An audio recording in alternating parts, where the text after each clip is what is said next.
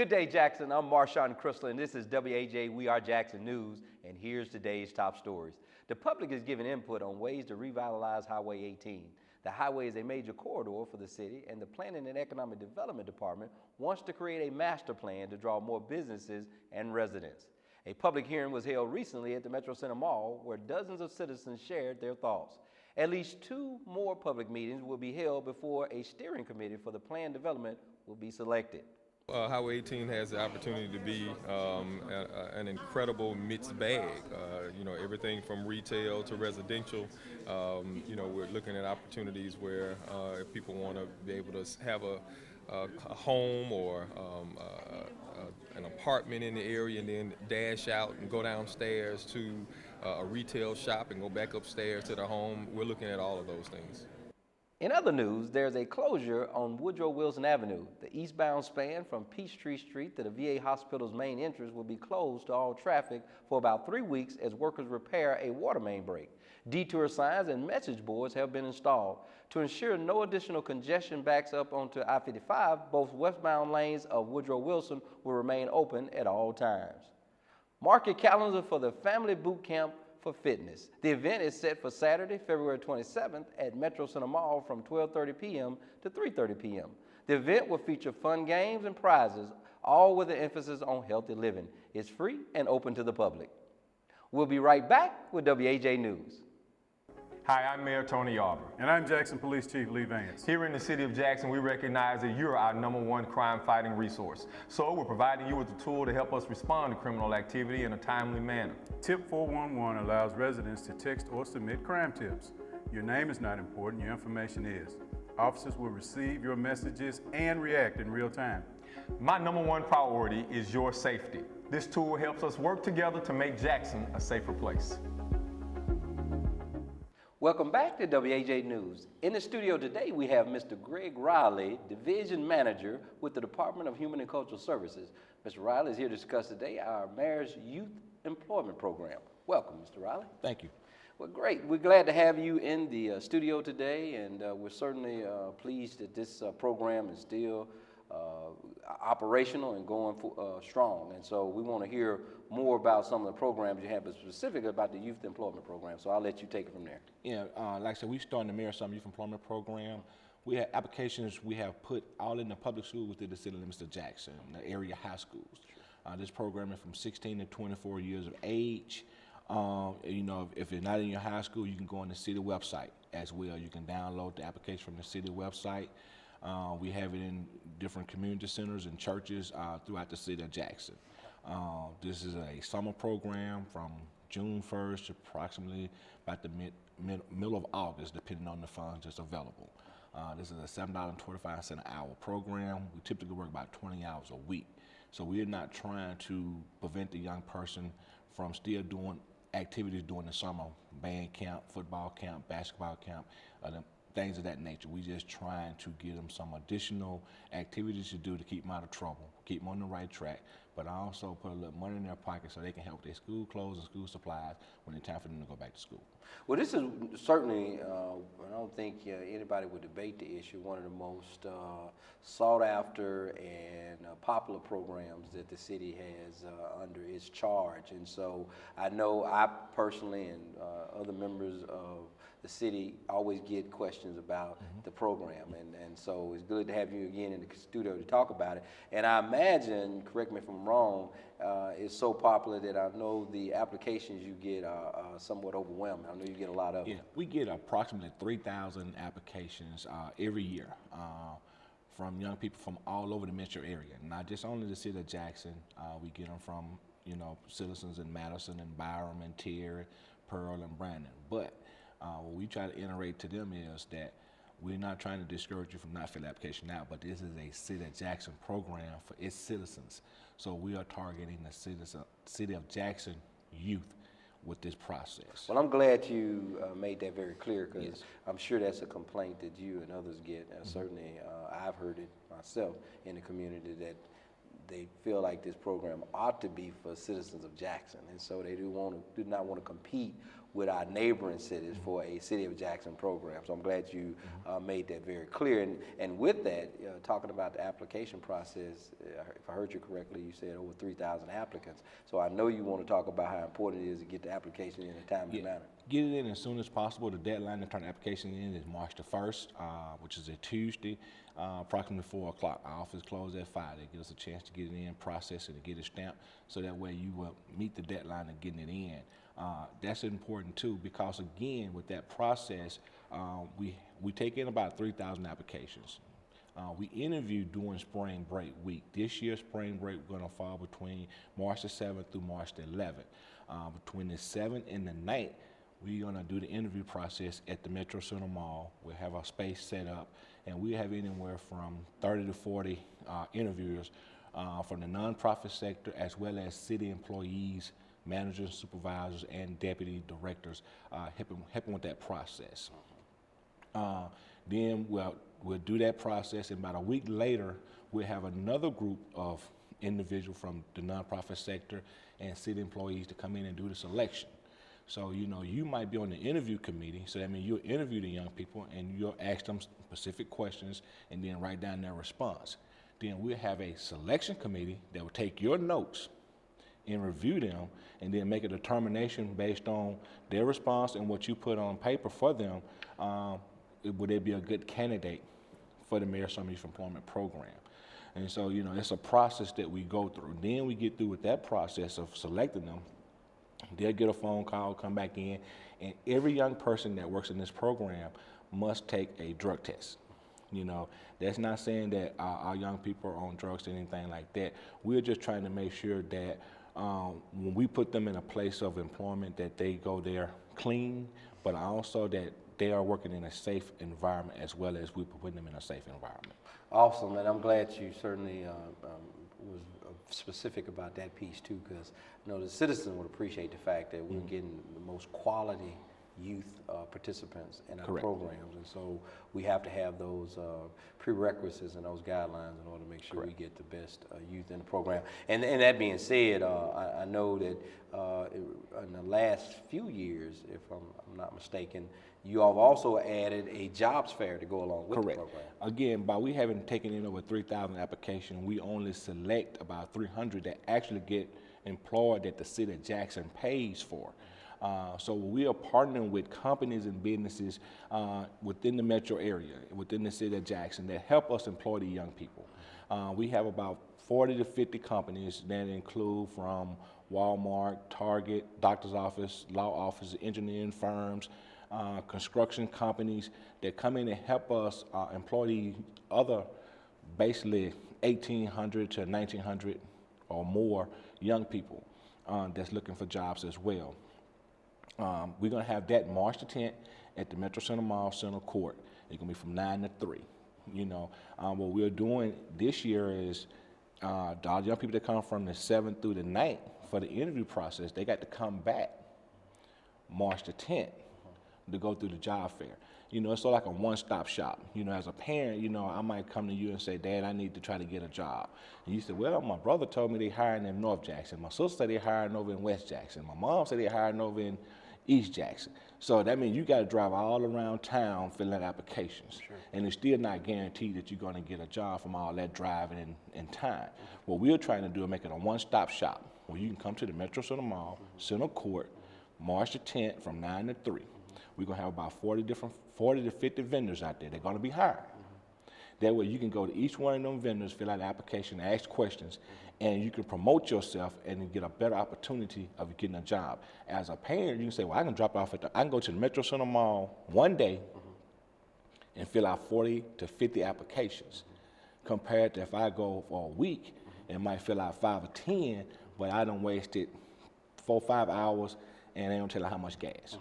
Well, great, and you have certainly provided us some very good information today, Ms. Ryder. We appreciate it. As we close this segment out, just for the viewing audience, just repeat the deadline for applications and the age range for the participants. The deadline to turn the applications is on March the 1st. The age is from 16 to 24. And I'd like to iterate one other thing. The application process, you must bring, if you're between that 16 and 18 years of age, you must bring proof of parent income. because some of these funds that we're getting are grant funded. So we're not trying to say because you make a certain amount of money, you can't qualify. We got to have a baseline for our grant funder that 51% of the students in this program is at a certain income level. So that don't mean if your mom or dad make $60,000, $70,000, you don't qualify. Sure. You still qualify, but we still need proof of income because, again, it's a grant-funded program. And for that raise range, not to cut you off, they don't need parental consent, do they, for 16, 18? They okay with that? No. Okay, good. No. I know there's a lot going on with the program, Mr. Riley. We certainly hate this segment to come to an end, but it has, and we thank you for the information that you've provided, and thank you for being such a great representative for the city of Jackson. I know we'll be bringing you back real soon in the near future to talk about some other programs in the youth services program, okay? Thank you very much. Thank you for being here. We'll be right back with WAJ News. What a day, what a day. Time to go. Let's make haste. Not a second to lose, not a moment to waste. A big cat, a great ape, and a sleepy giraffe. Don't stop now, time to go. Let's make smiles and share laughs. Time with mom, fun with dad. That's a cougar, it is. Snap a pic with the fam. What a day to be kids. Lots more stuff to explore. We'll soon be on our way. Let's get cool souvenirs to remember the day. Hit the carousel now. Let's go round and around. Hey, what's under the glass? Oh, and look what I found. Frozen drinks to cool off, and if that's not enough, a fun water slide and a cool splash pad and stuff. Look at that. Here we go. We can ride on a train.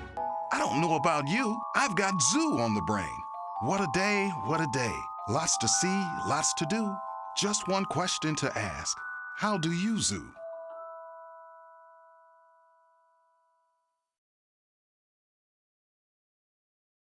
Welcome back to WAJ News. The city recently recognized a Jackson State University student who's operating a business in the city. Absentia is a 2-year-old import, wholesale, and retail product sales company. It is the City of Jackson's Business of the Quarter for January 2016. The business is owned and operated solely by 20-year-old JSU sophomore and Ethiopian native Jerusalem Waldu. The advice that I would give for the young entrepreneurs would be that you have to take risk. When I say risk, not just a blind risk. You have to do like a calculated risk.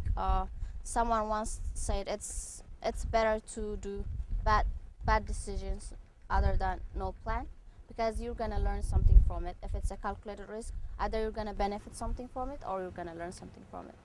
Jackson Public Schools is taking healthy eating to a new level. JPS, the Mississippi Museum of Arts, and the museum's executive chef and culinary curator, Nick Wallace, recently announced Creativity Kitchen. It is an initiative designed to speak excitement and education about eating and preparing healthy food.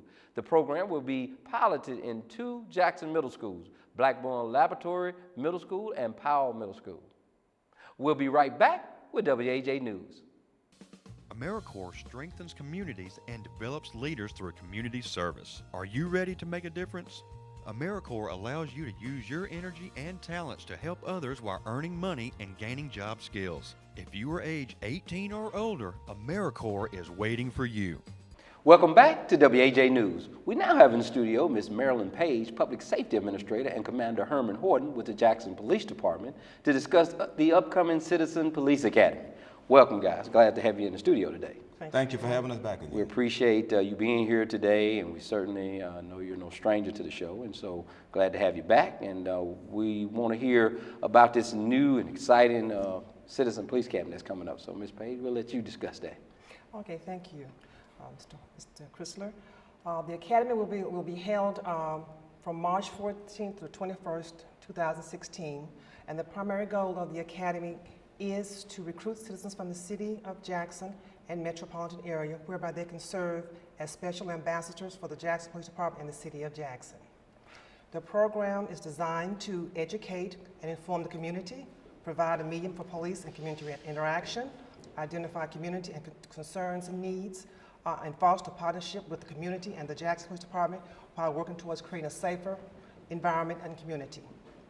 Each evening, a qualified JPD representative will conduct a presentation on how their respective divisions within the department operates.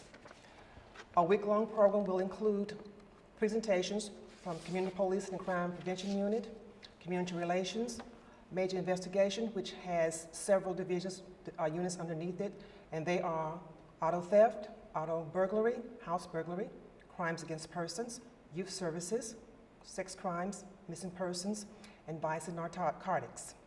Also, community improvement will give a presentation, as well as we will go to, on Saturday, we will go to the pistol range, where we will have a firearm safety class, and we will come back to the academy, and we will do driving simulating and just shooting simulator. We also will have a tour of the Public Safety Communications Center, which will enlighten the citizens as to how the 911 system works throughout the city and surrounding areas. We also will have a demonstration from the SWAT team and the bomb squad. And to close out the week, we will have a ride-along with each precinct police officer by the participants in the class. And they can choose a precinct they would like to ride in, and most times they choose the precincts for which they live or which they have family members that live in. And after all of this has concluded for the week, we will end up with a graduation, which will be held on Monday, which will be March 21st, 2016, at the Jackson Police Training Academy, and it will start at 6 p.m. And if you need more information concerning the academy, the Citizens Police Academy program, you can contact me or Ms. Renee Walker at 601-960-1389, or email us at rwalker@jacksonmiss.gov or mpage@jacksonmiss.gov by Monday, the deadline, February 29th, 2016. That's awesome, and thank you for sharing that information, Ms. Page. It certainly appears to me, and I know those who are watching, that they're going to have a full agenda in terms of the participation they'll be doing in this police academy. And I know you can speak from experience how much success the city and certainly the Jackson Police Department have had having citizens to participate in the academy. So just from your vantage point, just to talk a bit about how citizens benefit for this experience. Well, the citizens benefit because when they come to the academy, they don't have an understanding of how the police department operates. And with them coming, they have a better understanding of how the 911 system works and how calls are handled. And they often say when they come that, I call 911 and it took them 10 or 15 minutes to answer my call. But once they go through the program and they go through the Public Safety Communications Center, and they actually sit in on calls and see how the operators handle them, they realize that calls are handled in order of priority. I mean, emergencies are handled first, and then, you know, the other calls are handled after that in that order.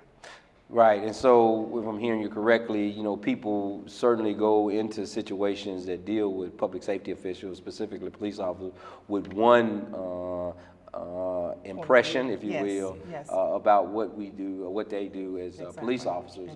But at the end of the day, by going through this training, they have a real a ground level experience on what police officers actually do. Yes, and this is important because once they learned the inner workings of the police department, they can go back into their communities and explain to the citizens in their communities and neighborhood home associations as to what happens. When someone comes up to them with a negative attitude towards something that the police department has done, they can explain to them, you know, the procedures that they have to go through to get to certain issues and handle certain situations within the communities.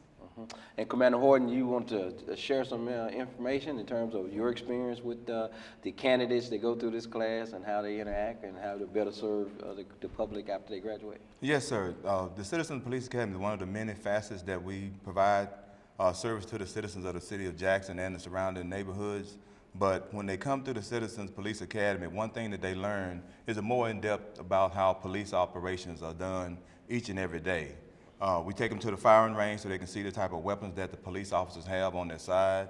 We take them, as Ms. Page said, to the telecommunications center to see how those calls are received and dispatched. But we also bring them to the academy so they can have hands-on lectures, with face-to-face lectures with the detectives who handle those burglaries, robberies, crimes against persons, things like that, because they get a better understanding from them more so than coming from myself or Ms. Page. Outstanding. And I know that you are considered, your other title is Director of Training. And so you are the one who is in charge of the curriculum, certainly the events that go along with the Citizen Police Academy. But just real briefly, you also are in charge of making sure that officers get the proper training too. And I know within light of certain things going on nationally, I know you all are big on that. Just real briefly, excuse me, talk about that a bit. Yes, sir. We provide training not just for in-service, but we also provide training for all sworn personnel with the City of Jackson and in the surrounding area. For example, we have active shooter training. We've had a session in December, we have another one scheduled in April, and we have another one scheduled further down the year in July. And that training encompasses how officers respond to a shooting where an individual is shooting people at random, whether it's at school, at a mall, or a theater, wherever the case may be. And in addition to active shooter training, we also teach officers how to deal with the public, whether it's community service, community-oriented policing. And a lot of times those officers walk away with a better knowledge of how to deal with the public, which is one of the tenets that Chief Vance wants to make sure every officer incorporates in his or her duties as they're patrolling the city streets of Jackson. Well, I commend you on that, and I know for a fact that you all have provided the same type of training to employees here at the City of Jackson in terms of being prepared for active shooters and things of that nature. So I commend you on that, and I know the citizens of the city appreciate us putting that at the forefront of our, in terms of our priorities, in terms of public safety. So, like I say, we can talk about this forever. You know, this is one of my favorite subjects, and I do encourage those who are watching this program to get actively involved in the Citizen Police Academy, sign up, and repeat the date is February 29th, 2016 is the deadline to get your applications in. So we're going to continue to promote that. So again, thank you all for being here today and certainly being great guests once again. And we're certainly going to have you back in the studio again real soon. Thank you for having us. Thank you, sir. And thank you all. We'll be right back with WAJ News. Residents of the City of Jackson can report concerns to the Constituent Services Action Line by dialing 311.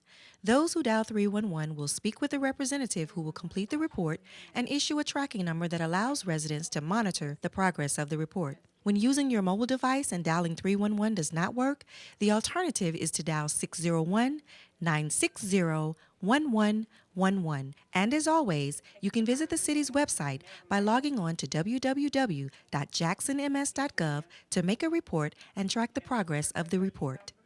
Welcome back to WAJ News. Here's a list of some upcoming community events.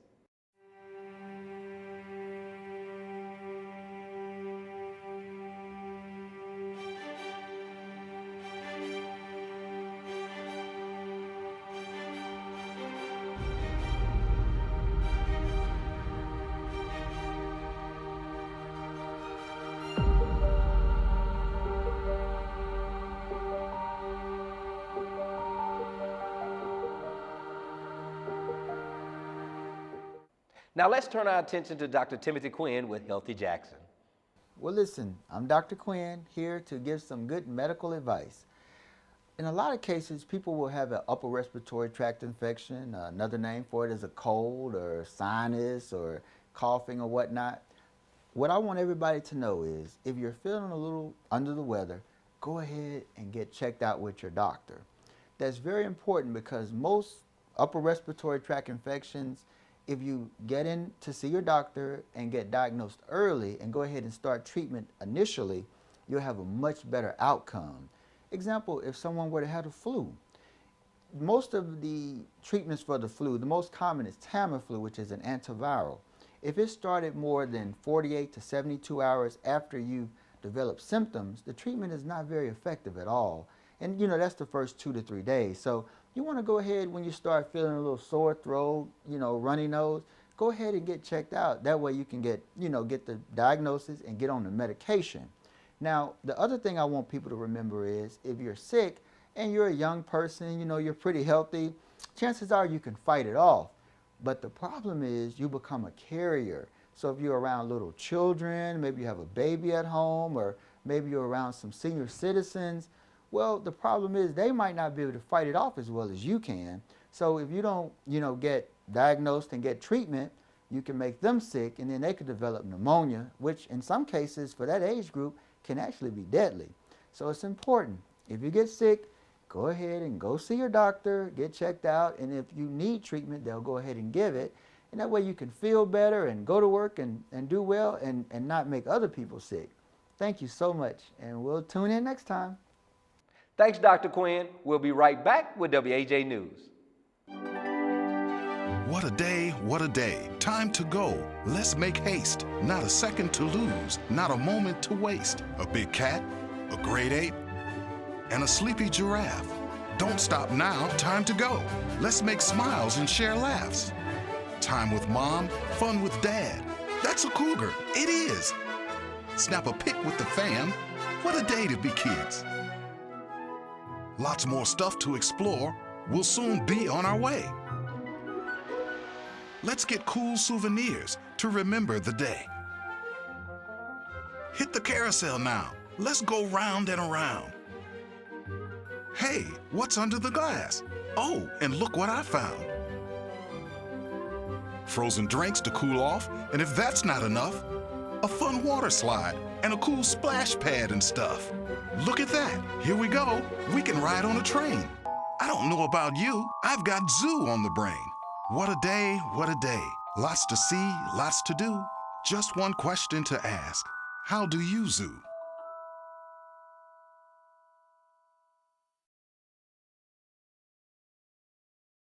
Welcome back to WAJ News. The city is urging Jackson citizens to sign up for the Emergency Alert System code RED. The system informs you about emergencies and provides other alerts, including boil water notices and evacuation notices. Just visit the city's website at www.jacksonmiss.gov and click on code RED. Help to keep our city safe by using Tip 411. Tip 411 allows residents to text or submit tips to police anonymously.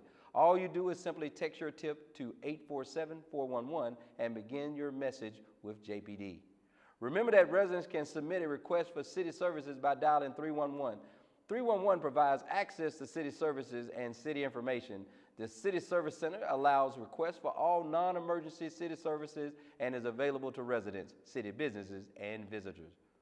Well, that's going to do it for this edition of WAJ We Are Jackson News. From everyone here, thank you for watching WAJ News. I'm Marshawn Chrysler. Good day, Jackson.